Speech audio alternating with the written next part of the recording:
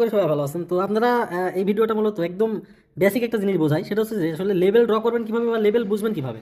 এই জায়গা থেকে হ্যাঁ, এইটুকার ভিতর থেকে আপনি কীভাবে লেভেল ড্র করে ট্রেড নেবেন জাস্ট একটু দেখেন। এখানে যখন মার্কেট এই যে নিচে আসতেছে বারবার কিন্তু দেখেন রিজেকশন নিচ্ছে, বারবার হ্যাঁ বারবার রিজেকশন নিচ্ছে এবং মার্কেট এখান থেকে আপের দিকে যাওয়ার চেষ্টা করতেছে, যদিও মার্কেট ডাউন ট্রেন্ড, কিন্তু মার্কেট এখান থেকে কিন্তু রিজেকশনে বারবার আপের দিকে যাওয়ার চেষ্টা করতেছে। তো সেই পরিপ্রেক্ষিতে এই জায়গায় দেখা যাচ্ছে যে মার্কেট যদি নিচে আসে, এই এরিয়ার ভিতরে আসে, তাহলে আপনি এখান থেকে যে জায়গা থেকে মার্কেট রিজেকশন নিচ্ছে এই জায়গায় যদি মার্কেট আসে তাহলে এখান থেকে আপনি আপে ট্রেড নিতে পারবেন। তো আমি ট্রেড নিয়ে দেখাবো, সমস্যা নাই। আমরা অপেক্ষা করি মার্কেট এই পজিশনে আসুক। তো আসলে প্রতিনিয়ত প্রত্যেকটা জিনিসেরই কিন্তু মার্কেট কিন্তু ফুললি ডাউন ট্রেন্ড, কিন্তু এই জায়গায় এসে কিন্তু ট্রেন্ড শেষ হয়ে গেছে। মার্কেটে সেলার্স ডিঅ্যাক্টিভ হয়ে গেছে। সো এখান থেকে এখন বায়ার্স অ্যাক্টিভ হবে, কিন্তু বায়ার্স অ্যাক্টিভ হওয়ার আগে আপনাকে অবশ্যই দেখে নিতে হবে যে প্রিভিয়াস হিস্টোরিটা।